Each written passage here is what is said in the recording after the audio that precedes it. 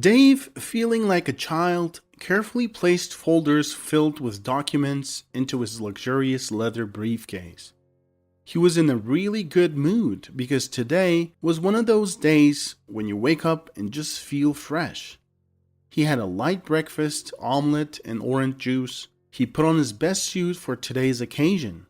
It was an important day for his business career. After all these years doing his construction business alone, he finally found the right person to partner up with. He was really pleased and happy that fate had brought him Tom as a business partner. He couldn't have imagined a better collaborator. Tom was the kind of guy who had been doing business in various fields. He had a lot of connections, both among business people and other influential people. He was the perfect person to take on board for Dave. Tom was also extremely capable in handling business matters, and their partnership in construction had led to a significant increase in their annual income. Building his business from the ground up, Dave had to go through a lot of hardships.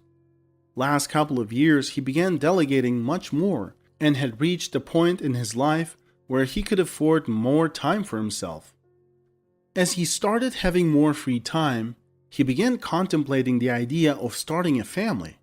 After all, he was over 35 and didn't want to become an older father. He wanted to be able to witness his children grow up and go out into the world. Dave also wanted to experience what it was like to have grandchildren and see them go through life. Of course, as a businessman, he had a lot of plans. He wasn't like many of his close friends who didn't want to miss out on the fun of their youth. He didn't want to regret not having kids when he's old and gray. On the other hand, Dave didn't have any specific person in mind as a potential partner.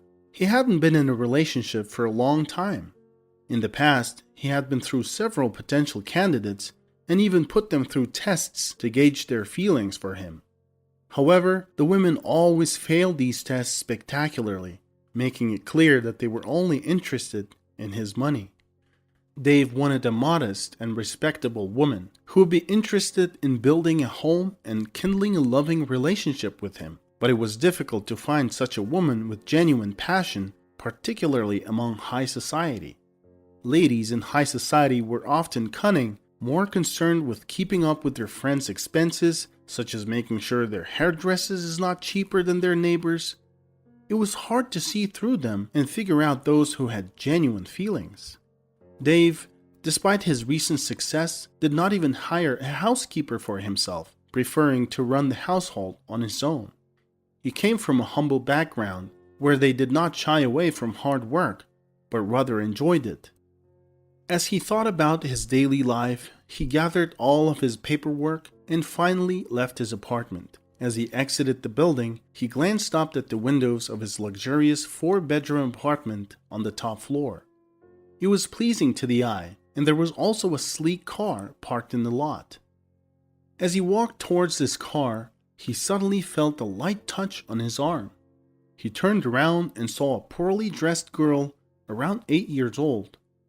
Her appearance made it clear that she was a typical beggar. Dave was expecting to hear a request for money, but instead, the girl said something that made him sit down on a bench and think deeply. One thing was certain. After this encounter, he was not going to the meeting with Tom.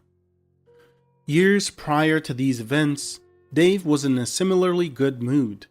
He was much younger then, and his life was vastly different from his present situation. However, this did not dampen his spirits, even though he was not fabulously wealthy. He lived with his mother in a cramped small apartment and worked as an ordinary programmer in a small computer company. But at the same time, he had a much greater and more valuable happiness in life. His beloved girlfriend Stacy, to whom he had already proposed. They just needed to set a wedding date. Dave and Stacy were going for a walk along the riverbank in one of the parks of a small town nestled among mountains. The town was incredibly beautiful, but it was not often visited by tourists, and job opportunities were limited. Stacy was unable to find work there as well, even after graduating from Pedagogical University. She had been living with her grandmother for a long time on her pension. The girl was hesitant to rely on her grandmother's limited income and wanted to start a new life with her boyfriend in better conditions, so she agreed to move to the big city after their wedding. However, she was unaware of the obstacle that would come with this decision: her grandmother, Judy. At 80 years old, she deeply cared for her granddaughter and wanted her to have the best, but she had doubts about her future with her boyfriend, Dave. She didn't trust him to be a dependable and protective partner for her granddaughter due to his past issues with the law and his erratic behavior during his youth. Despite turning his life around and becoming successful, Dave couldn't shake off his past mistakes. He realized that people judged him based on his past, and he couldn't change that. Even though he had changed and become a responsible, hardworking person, the old woman believed that once a lawbreaker, always a lawbreaker, and she shared this opinion with her granddaughter repeatedly. "Stacy, you're going to regret being with this guy. Dump him before it's too late. There's so many good, hard-working men out there who would treat you right.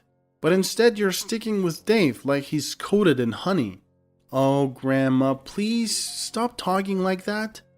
Dave loves me and I love him.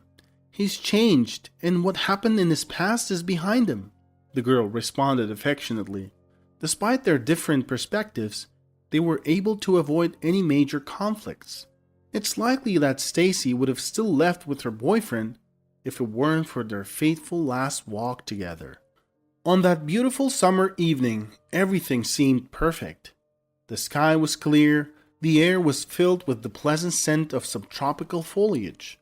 Dave took Stacy's hand and led her down a shady path by the waterfront and shared with her his plans to move. "We're gonna rent an apartment first. My savings are enough for now, but as soon as we settle on a place, we'll start looking for jobs. I already have some income from my remote job, so I don't think we'll have any financial issues. I hope you won't have to work in the end because it's a man's duty to provide for his family," the guy said with a sly look at his beloved. "I trust you in this and I hope everything will work out for us. I'm just worried about my grandma, how she will be alone here," Stacy replied, holding her boyfriend's hand tightly in her small palm. "What's the problem? We'll get settled and bring her with us. I like her. You can tell she's well educated and has a good sense of humor. Despite her age, Mrs. Fields is in great shape." Stacy didn't tell her fiancé about her grandmother's opinion of him to avoid hurting his feelings. Of course, her grandma would never move in with someone she hated. The young couple were having a pleasant conversation as they walked along the waterfront when suddenly disaster struck. A loud roar echoed from the mountains above them, and the ground shook. Although this wasn't unusual as they lived in a seismically active zone, and small earthquakes occurred regularly in the area, but this time, nature seemed to have unleashed its full force, unleashing a powerful mudflow on the town with a fury. It swept away everything in its path, quickly approaching the location where the couple stood. Unfortunately, Stacy and Dave were directly in its path, and it was too late for them to escape. The road behind them was blocked by a wide crevice, and ahead of them was a raging river. Before they could even blink, they were swept away by the mudflow directly into the river. As the hands of the lovers parted, they were able to scream out their love for each other before the raging current consumed them both. A week had passed, and Dave, hobbling along with the aid of a cane, made his way to the house of his beloved. In a flash flood, Dave had sustained an injury to his leg after hitting the rocky bottom of the river, but he managed to make it to the shore, where he was rescued and taken to the hospital. Despite his injury, Dave was determined to see his life partner, and as soon as he was able, he rushed to Stacy's home. However, when he arrived, it was Stacy's grandma who answered the door. She was dressed in all black. Dave didn't know that she had seen him coming from the window and had dressed accordingly. "How's Stacy? Where is she?" he asked frantically. "I warned her so many times to stay away from you, but now she's gone. It's all your fault. You took her to that cursed park, and now her death is on your conscience. the old woman screamed at him. Dave's world was spinning as he heard her words.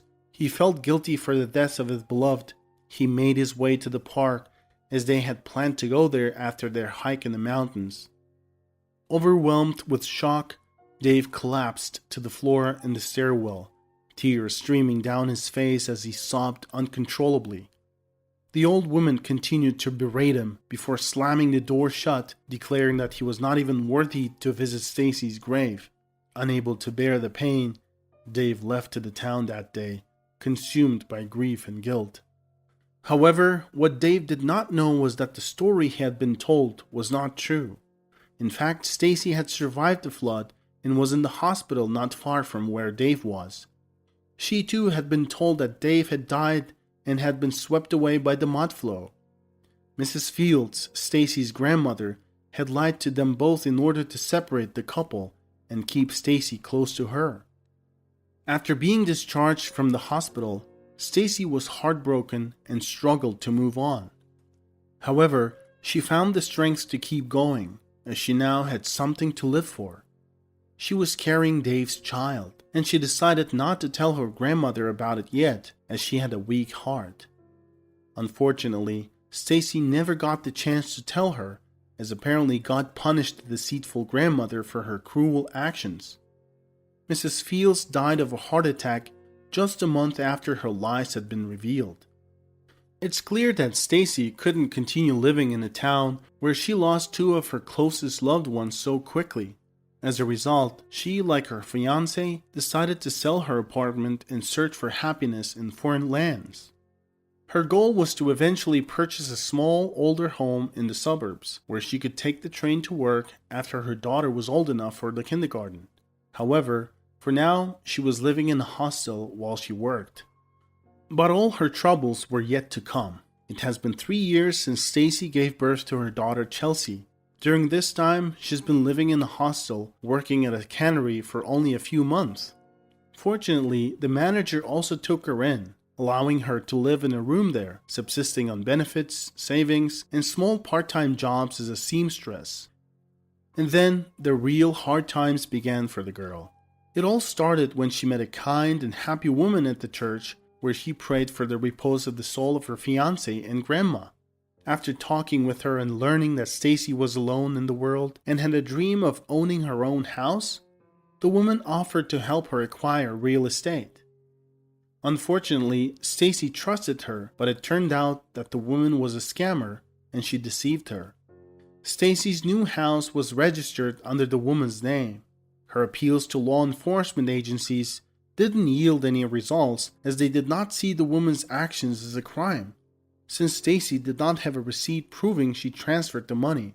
As a result, the mother and daughter were left without savings and soon found themselves without housing as well, because the room they were living in was needed by the nephew of one of the factory bosses. Stacy was in despair, finding herself homeless with a child in her arms. She had nowhere to turn except to return to the church for help from Lord. Even though she met the person who left her without a penny there, she did not lose her faith in God. And this time, he truly heard her prayers and sent this kind old man to her. Ben lived in the city in his own comfortable apartment, but in the countryside, he had an old shack that was too dilapidated and unappealing for his children. It was then that the old man offered the mother and child to live in it. Although the train ran there, it would take Stacy 2 hours to get to work, but it was the only option available to her. So they began to live with Chelsea in that remote village. Over time, Stacy continued to work at the cannery, but now in an accountant position. However, her salary was not enough to rent an apartment on the outskirts of the city, and especially since Chelsea had developed some health issues that required a significant portion of her salary. Stacy did her best to help her daughter and even took on part-time jobs as an assembly line worker, but it was still not enough. An expensive foreign drug that could help her daughter was too expensive. Chelsea was a bright and beautiful dark-skinned child, but she had to wear glasses due to her illness. Seeing how hard her mother worked, she decided to help out. Every day after school, Instead of waiting for her mother at the park nearby, she took her pipe with her and went to play at the square, hoping to collect some money. Passers-by took pity on the little beggar and often put coins and small bills in her hat. Although it wasn't a significant help to her mother, she still believed things would get better. One day, as usual, Chelsea was walking towards the square when she passed by an expensive car. She heard a muffled conversation between two men, one of whom was getting out from under the car. Chelsea followed them, but the men paid no attention to the little beggar. "Great job, Ross. Now our guy will blow up as soon as he arrived for the meeting with the client. If only he knew who Tom really is. All that time in prison finally paid off. Alright, stop talking. He pays well and the rest is none of our concern," the accomplice replied, still glancing back at Chelsea. But seeing that she seemed to be a little beggar, he lost interest immediately. The men continued on their way, while Chelsea quickly ran to the car to wait for the owner. Dave was very surprised when a little beggar told him not to go to the meeting because some guys had put something in his car that would explode so bad that everyone in the neighborhood would remember. The businessman believed her and, just to be safe, called the police, who removed the explosive device from under the car. But the most important thing was that while they were waiting for the police, Dave managed to ask the beggar about her background. The girl told him her story and showed him a photo of her mother, which made his heart race. Even more surprised than Dave was Stacy when an unknown man called her and thanked her for saving his life. He said that after all the issues were settled with the police, he would personally take Chelsea home. Tom, along with his accomplices, was arrested the same day. Dave never would have thought that his trusted and respectable associate would do something like this for the sake of money. In the morning, terribly worried about her daughter, Stacy was amazed when a whole fleet of wedding cars drove up to her house, and her daughter triumphantly got out of the first, accompanied by Dave. Her Dave, alive and unharmed. The lovers rushed to embrace each other. Chelsea stood nearby, not knowing who this man was. "Will you marry me?" The only thing Dave could whisper. "Yes," was her reply. It was impossible to count how much the poor woman with a daughter had to endure, but happiness returned to her. Even the scammer lady, after being approached by serious people, had to return the embezzled money. Stacy did not hold a grudge against her grandma, knowing full well that she wanted her happiness. When they told the whole family about this at the grave of the old woman, the clear sky was suddenly covered by a small cloud from which a few drops of rain fell. And that was a sign, as if the grandmother was asking for forgiveness for her actions. Thank you for listening to this story. What do you think of the story and the characters? How would you handle things differently? If you enjoyed it, please consider liking and subscribing by clicking the bell notification button. It will really help us out and you won't miss new stories. Thank you, and we'll see you soon.